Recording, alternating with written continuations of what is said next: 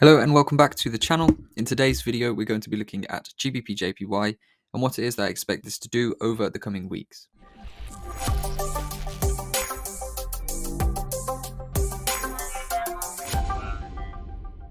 Before we dive into the video, I have a free 13-part video series which is going to teach you why you're not winning and how you can turn your results around. You can sign up for this now and you'll get the course emailed directly to your inbox. So head over to the first link in the description and sign up for that now. So starting on the weekly time frame on GBPJPY, we can see here that we had a sell-off back in 2016, a large sell-off. This was actually the Brexit sell-off, I believe. From there, we've never actually traded that high, but we came in for a retest. Then we've traded within this range for quite a few years now. So we have the high of the range around here. We have the low of the range around here. None of these extreme price areas really matter to us because we're only looking for intermediary trades. But we do have some valuable information presented to us by looking at where price has just traded into. Now, one thing to first note is that from this point, we did form a generally equal high area just here where we had these two very nearly equal highs, which price has now pushed through to sweep the liquidity and started to sell off with some strength.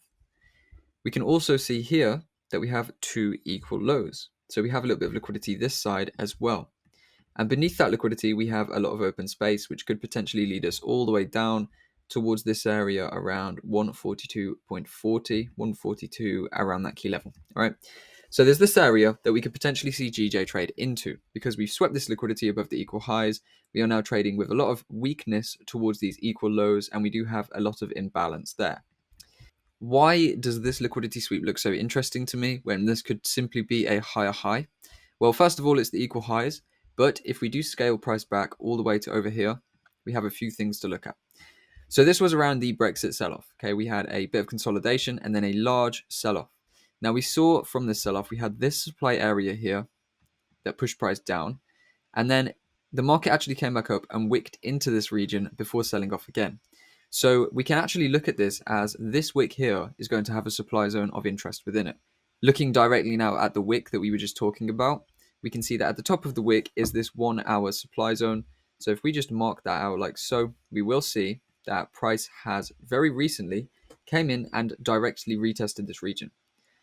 So if we just exit the replay mode, shift forward to where price currently is and go over to the 4-hour time frame, you'll see there that that liquidity sweep that we saw on the weekly time frame was actually a sweep over the equal highs and into this high interest 1 hour supply zone. Now at this point we had higher high, higher low, higher high, but then we broke down into lower low, lower high, lower low, lower high, lower low, lower high, lower low, lower high, and so on. All right, you can see now the trend has shifted clearly to bearish territory from where it just was. So we had one large sell-off here, then we had a little bit of consolidation, some slow upside momentum, and then we've had another large sell-off here. We're now trading in this downward fashion. If we go to the hourly time frame, you can see we've had lower low, lower high, lower low, lower high, lower low, lower high, but we've actually formed two equal highs there, and then we've had another sell-off to another lower low. So I'm just going to mark the trend structure out here, and you can see there the clear indication of lower lows and lower highs that are forming in the market. Now, there's something interesting to me here, and it's the fact that we do have these two very equal highs going on in the market right here. So if we mark these two highs out with a roof of liquidity, we can see that we had this kind of range where we essentially formed two very equal highs. Now, we could pull that down a little bit, but what it's telling us is that there is a little roof of liquidity here where we obviously have got sellers there and sellers there. Now, above that, we have a couple of supply zones that we could focus on. There is this zone here, being the zone that really broke through the substructure there, and the zone that actually led to the larger break of structure. And there's also another zone just above that. So if I go to the 30-minute, for example, we can see here on the 30-minute time frame that we've got this small spinning top candle at the top of the price move, which indicates to us a supply area, right? This is where the market really shifted from bullish to bearish.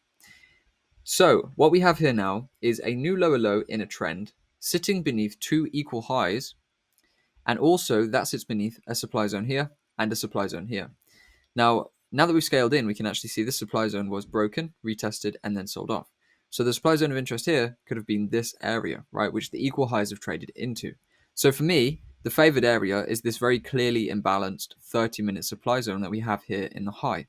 But I will be keeping an eye on both, because if we do begin to roll over in either of these zones, we can indeed look for some short confirmations. So just before I talk about what I'm expecting to see, we can see here that we do have this kind of supply area. We can see that this is actually an efficient supply area because we had a supply zone form, a sell-off, and this pushback up has actually retested into this region. Obviously, this is also efficient, this is efficient, and then back here we came up and kind of traded into this breaker area where we had a demand zone, shifted, broken, and then that demand zone acted as a resistance. So we have essentially efficient pricing all the way into where we are now. And now we do have this inefficiency left open into that level around 151.350. Beneath that, there's obviously that 151 key level, which sits around the middle of this supply zone. But like I said, this imbalanced one is going to be my favorite one to actually formulate a trade from. But regardless, we will keep an eye on both. And what I'll be looking to see is the standard bearish confirmation of higher highs and higher lows turning into lower lows and lower highs. So if we can get this kind of formation within one of these zones, I will be very much interested in selling the market to see if we can bring this lower and actually run GBPJPY down to the downside a little bit more. So that is the setup plan for GJ. Now, obviously, what if the roof blows through here? Well, we have a lot of imbalance above. We could easily come and trade through into this area. So if the roof does blow through on the levels we've just spoken about, I will be looking towards this region, potentially targeting into 153.415 as the initial target for any form of bullish movement. So if we blow through these levels, we'll have shown 1, 2, 3 breaks of structure essentially, and we could look to buy on the midterm to bring price into this area, where we could then look to sell it off. So we could look for a movement like this, and then we could wait for our confirmation again and sell it off from there. Okay, that's just the secondary scenario if we don't respect these supports. But that shouldn't mean we take a loss. We don't have to take a loss because we'll wait for confirmation, and that should be very good to us. So where are we looking now at price? Well, we can see once again we have two very equal lows, one here and then one directly where price is now as well. So this is an extra confluence because we have that liquidity beneath. Another really strong confluence for me is that this demand failed. This last imbalanced demand zone was actually broken through with some closures as well. So that shows that the demand is failing and we are very weak and the market is likely to move lower. Now, we could say that we've retested a demand zone here, but if we look, these demand zones were actually efficiently retested with that previous one that we just spoke about. So we can see here, even the very extreme zone was retested and then the market moved away. So this is an efficient demand area. This was the inefficient demand area that we would expect to see a reaction from. And instead of seeing a reaction, we saw a breakdown. So that gives me stronger confluence to sell this to the downside and stronger reasoning to actually short GJ. So if we scale back in price, we can have a look, where will our targets come in? For these trades, we don't need to go too crazy with the targets. We can actually look at some relatively modest targets. This area here, around 146.900, is an imbalanced demand area. You could potentially stretch that down to 146.750, but we don't need to be too heavy with the targets. And then if this breaks through, we could actually bring GJ all the way down towards 145.075, because we have obviously that equal low liquidity we've spoken about. All of the pricing down to this area is efficient. So this is the clearest first major target. And then if we do break down, we actually open the doors to further downside as well, which could turn into a absolutely huge trade. So scaling us back to where we are now then, this is the clear picture of what it is that I want to see on GBPJPY over the coming weeks. We either have a short from this area or a short from this area to bring price down towards that 147 area.